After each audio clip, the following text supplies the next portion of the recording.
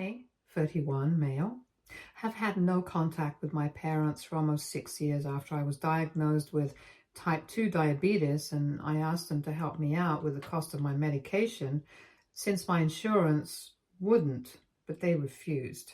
I was between jobs at the time, so I was short on money, and everybody knows how expensive medicines are. But as usual, my parents let me down. We got into a pretty bad fight when they refused, and I told them that it was a bit stupid of me to expect anything from them in the first place, since they had never bothered to care about me at all. And they never tried to apologize to me after that. So we just stopped speaking to each other. Even when we would see each other at family get-togethers, we wouldn't speak. They were on good terms with my brother in spite of him being a total screw-up though, which isn't surprising since he always was their favorite. My older brother Carson, 39, male, is a high-functioning alcoholic and has unfortunately been that way for the past 8 years. He has gone sober several times, but has never been able to make it stick. And I honestly feel bad for him, because a couple of months back, he lost his wife in an accident as well, and was left with 2 kids, both boys under 10, to take care of. I knew his wife. She was a wonderful, sweet person, and I think she was the only thing keeping him from becoming a full-fledged raging alcoholic who couldn't be bothered to do anything else but drink himself to unconsciousness every day. The grieving just made it worse, and he was fired from his job shortly after his wife passed away because he hadn't even bothered to show up or explain his absence. Every single day he would drop his kids off at his in-laws' house or our parents' house, and then spend the rest of the day drinking at home. He would only sober up enough to drive to pick his children up, bring them back home, and then put them to bed, and the next day he would repeat the same thing.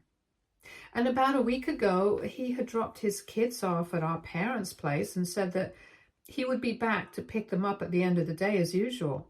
But a couple of hours after that, he just sent them an email saying that he wouldn't be returning because he knew that he was not a good father to his children and didn't want them to grow up with him. So he was leaving them with my parents because he knew that they could care for them better and wished them luck. He had also blocked our parents and his in-laws after that, so they couldn't reach out to him either, and nobody had any idea where he was. After a couple of days of trying to find out where he was, they gave up, and my parents decided to contact me and tell me all about this, so they could ask me to help them out financially. Both my parents are retired now, and they do have a retirement fund set aside for them. But if they start taking care of the kids, they are going to need more money, and they are not sure if they will be able to support themselves and the kids with just the money that they have. Carson's in-laws have already surrendered and have said that they will not be able to take on this responsibility. So I'm the only person that they can count on because I'm family and they were relying on me. Now, I haven't really had any contact with Carson over the past couple of years. We were not on bad terms, but we were never really close. I guess it might be because of the age gap, but we were just never very brotherly to each other. So I liked my nephews, but I thought it was unfair of them to ask me for help, especially when I knew that they had the resources and the means to raise the kids on their own. My parents had been pretty well off when they were working, so I found it hard to believe that they wouldn't be able to raise 2 kids on their own without my financial help. And I told them that as much as I wanted the kids to have a bright future, I could not keep my own aside and prioritize them so I wouldn't be helping them out with the money. Instead of respecting that, my parents started arguing with me and said that as a member of the family, I should realize that we are in this together and that I need to help them. I found that pretty laughable because I still remember what they had said to me when I had asked them to help with my medical expenses 6 years ago. And I repeated the same words to them. Don't rely on us just because we are your family. You need to figure out some things on your own. That's what they had said to me when I had told them that I needed them to help me out for a couple of months with the cost of the medication, since it was necessary and expensive. But everything else I would manage on my own. And it wasn't even a lot of money. I was eventually able to do it on my own after cutting a lot of corners, which I wouldn't have had to do if they had just helped me out. But what they were asking for here was a lot of money every year, and I had a future to think about as well. As a matter of fact, I do plan on having kids of my own in a year or two, since my wife, 30 female, and I have also been married for 2 years now. So it's not practical for me to commit to contributing to helping them out, and I made that very clear to them. Besides, we have not been in touch for the past 6 years. What were they even expecting?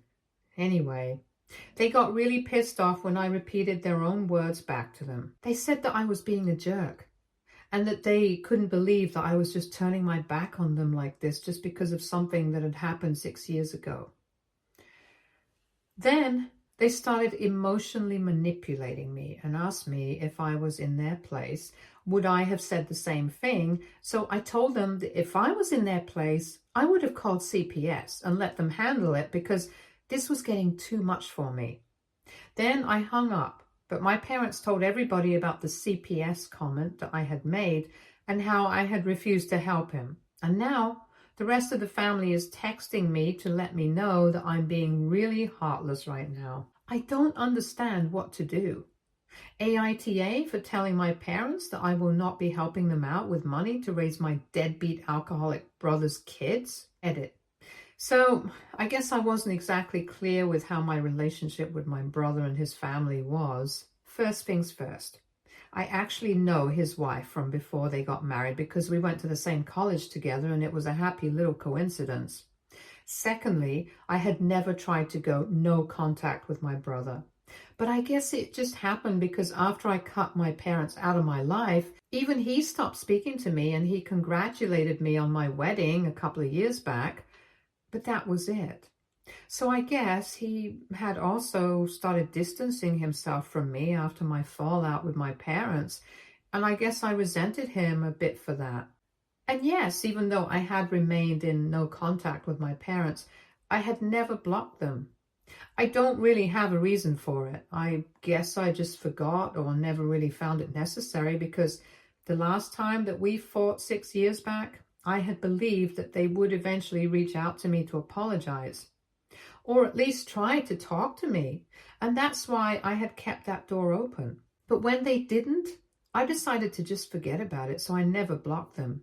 And most importantly, I did not tell my parents to report this situation to CPS because I don't care for the well-being of my nephews, but because I don't think that having an alcoholic as a father was helping them in any way. If my parents were really finding it difficult to deal with them, then what other option did they have anyway?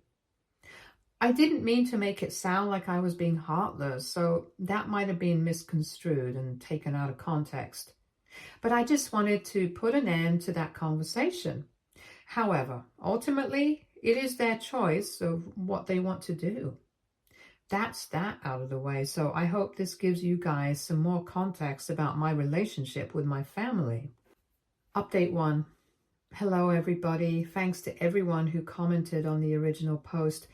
I feel much better and more confident about my decision after going through the comment section.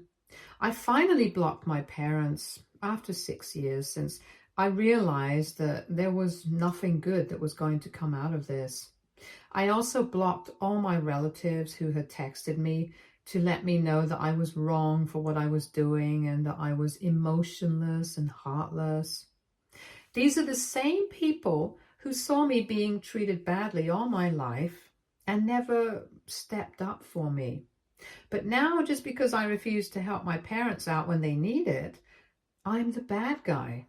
Yeah, right.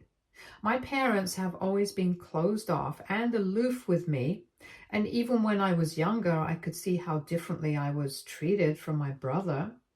They did not even bother to put up an act when we were around the rest of our family. So it was not a big secret that my parents had a favorite, and it was not me. And nobody ever stood up for me, so I don't really think I need to tolerate any of this. This is why my wife and I decided that we were obviously going to stay no contact with my parents, but we were also going to cut my side of the family off entirely. We don't need that sort of negativity in our life, to be honest. My wife's family is pretty much my family at this point, so it's not like I'll be missing out on anything either. We, anyway, celebrate all the major events with her family, so I don't think this will make much of a difference to either of us. I actually feel like a huge weight has been lifted off my shoulders because even in the past, my family would occasionally hint to me that my parents were getting old and they were lonely, so I should probably fix things with them before it's too late. And I could never explain to them that it was not needed to fix anything. It was they who needed to come to me. And until they did that, I was not going to put aside my self-respect and go to them. But now I don't have to explain that to anybody because nobody's going to be bothering me about my parents anymore. Update 2. Hello, 2 weeks have passed since my last update and my parents paid me a visit today. I had blocked them so they couldn't reach me otherwise, and so they had to come and see me in person, or at least that's what they said to me when they saw me outside in the front yard. It was my bad luck that I was out there in the first place, since I thought that today would be a good day to prune some of the hedges. So I was outside in the morning, and then my parents pulled up in a cab, and when they got out, I tried to rush inside the house. But they had already spotted me and told me that I needed to wait. For some reason, I decided to wait so they could come and we could speak. Probably because I didn't want to look like a cowardly fool, rushing inside the house to avoid interacting with them. Once they were there, I told them that I had not changed my mind and that if that's what they were here to talk to me about, they could just leave because it would be a waste of my time as well as theirs. But they told me that they were not here to discuss the kids and the financial help that they needed from me. They were apparently here to talk to me about our relationship as parent and child. I found that very confusing because 6 years had passed and we had not spoken to each other properly. So I didn't think it was necessary for us to discuss things now. But I still let them speak because I wanted to see where they were going with this. To my surprise, they actually acknowledged the fact that they had never treated me fairly and had been very cruel to me by not even trying to be there for me when I was struggling with money. They said that they were really apologetic for the way that they had treated me, but it was just that they had never expected to have a second child and told me that I was more or less of an accident, so to speak. They went on to explain that because of me and my mother's sudden unexpected second pregnancy, they had to put their plans on hold indefinitely and eventually ended up not being able to accomplish anything that they had set out to do in the first place. Apparently, their plan in the long run had been to settle into a more traditional lifestyle where my father would be working, my mother would become a stay-at-home mom. My dad planned on quitting his job and starting his own business, and my mother wanted to stay at home and take care of my brother.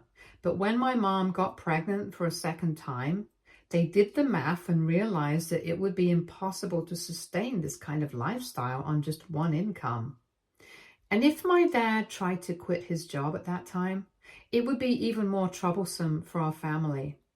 New businesses take time to break even, and he couldn't take that sort of financial risk. And even though they were not happy about it, they still decided to have me and put their plans on hold. But with time, they just started finding more and more excuses not to do what they had initially set out to, and they didn't even realize it. But at some point, they had started subconsciously resenting me for it, and that's why they had always acted like that with me. But now, they were here to finally give me an explanation as to why they had never been there for me as a kid and why I was treated differently, and to ask for forgiveness for that as well. It was a lot of information to take in, so I literally had to sit down on the porch steps because I was finding it hard to process all of it at once. Considering the way I was treated my entire life, it did not come as a surprise to me that I was unwanted and unplanned. Also, the age gap between me and my brother kind of gave it away.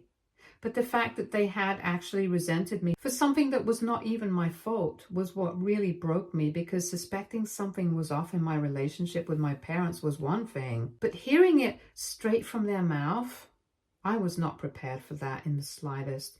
So after a few minutes of silence, I told them that I wanted them to leave and that I would let them know what my response to all of this was later, because at the moment, I was still struggling to process all of this.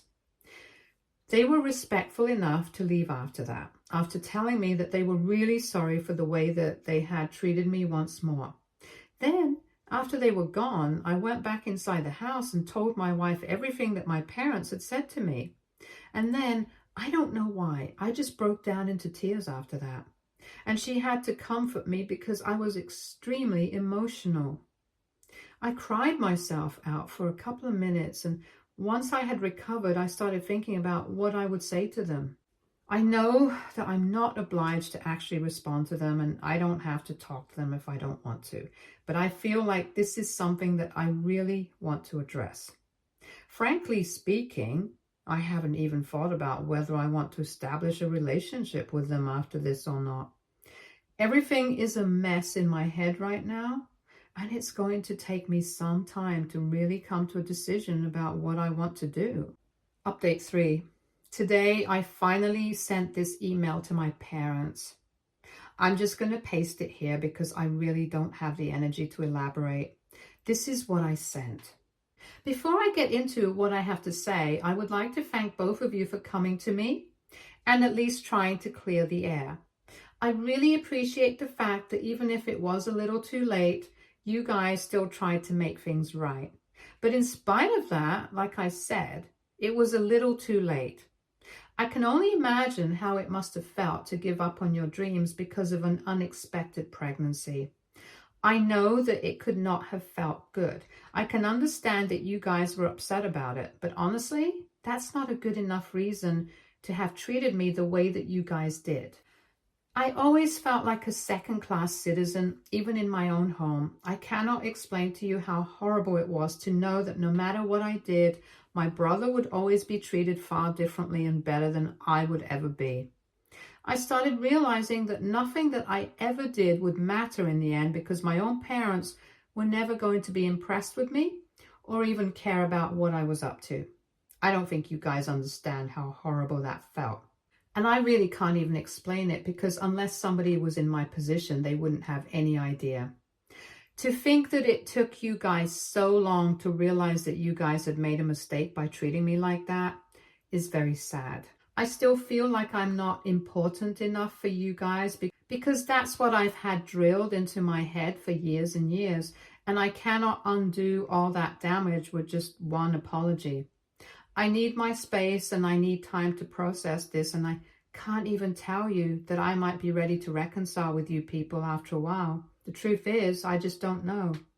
I don't understand why it has taken so much for you two to realize something simple and basic. You can't treat kids badly their entire life and expect them to still be there for you when you're older and need them. So I'm really sorry to say this. I really do value the apology and explanation for your behavior, but I think I'm going to stick to my decision to remain no contact with you guys. Maybe I will feel differently someday, and then I might come to you guys myself to reconcile and make things right between us. But for now, this is the conclusion that I have come to, and I really hope that you guys will respect this and not reach out to me again until I'm ready. Thank you so much. Update 4. So it is almost midnight right now, and 6 days have passed since my last update. When I sent that email to my parents, after that, They did not reach out to me, and I thought that they were going to respect my decision to not be in contact with them until I was ready to speak to them and fix our relationship. This evening, however, my wife and I decided that it was an unrealistic expectation for us to have, thinking that they would actually respect anything that I had said. Both of us had just come back home from work and were freshening up when the doorbell started ringing incessantly. When I went to check who it was, I realized that my parents were standing outside and both of them looked very annoyed. So I opened the door and I told them that I was not ready to talk to them yet, and I think I made it sufficiently clear in the email itself. But my dad said that they had read the email several times over the course of the past couple of days, and they thought that I was overreacting and that it was really not that big of a deal, and that by now I should have come to terms with this. They said that they had apologized to me in the hopes that maybe I would soften up towards them and try to understand their struggles as well. But instead, I only seemed to care about myself and how I had felt. My mother accused me of not even caring about all the sacrifices that they had made, since my dad had spent his entire life working for somebody else when all he had really wanted to do when he was younger was build something of his own. But he had let that opportunity go and let the time pass him by because of me. And even she had made a lot of sacrifices for me and my brother. And while at least Carson had an excuse, he had just lost his wife, which is why he couldn't be there for his family. I didn't even have that sort of an excuse. They claimed that I was being self-centered by not taking into account all that they had given up for me, and I was still acting like I was the only victim and the situation without thinking about what they were going through. Then my dad said that the email had been ridiculous and they had thought about it for a while, but that they couldn't respect this idiotic decision of mine any longer. They were here to sort things out with me once and for all. It was a really weird approach to take, to be honest, since if they really wanted to sort things out with me as they claimed, they should have taken a different tone with me. But they were getting really aggressive and I didn't like that. Also, I had just come back home from work, so I was very exhausted and cranky, so I kind of burst out at them. I told them that they were the ones who were being idiots, because if they really thought that one half-hearted apology was going to make up for everything that they had put me through my entire life, they were wrong. I told them that I owe them absolutely nothing, since they had never treated me with any sort of respect. I also reminded them that I had been very polite to them in my email, and even said that if they respected my decision to not talk to them just yet, then I might have found it a bit easier to reconcile with them in the future, after I had processed this on my own time. And they don't get to dictate whether the way I'm reacting to something is an overreaction or not. So if I think I don't want to speak to them at the moment, I'm not going to do that, and they can't force me to. My dad tried to interrupt me, but I just screamed at him and shut him down, telling them both that I would call the cops if they didn't clear out. After cursing at me for a bit, they finally left, and I went back inside to tell my wife about the conversation that we had just had. I was fuming and ranting to her, and after I was done, she told me that she should have seen this coming. She explained to me that when my parents had come here to apologize to me in the first place, she had kind of sensed that they might be doing this because they had realized that now, since Carson was gone, they only had me to rely on in their old age. And they were only trying to emotionally manipulate me to forgive them so they could mooch off of me, since they were both retired now. And when I decided not to forgive them so easily, they got mad. And that's why they were here to pick a fight with me. And maybe somehow get me to forgive them by bringing up how much they had sacrificed for me. And I agree. I had kind of thought along the same lines, but I didn't want to outright accuse them of anything, because I still wanted to give them a chance in case that apology was genuine. However, after this recent fight, I know that it most certainly was not.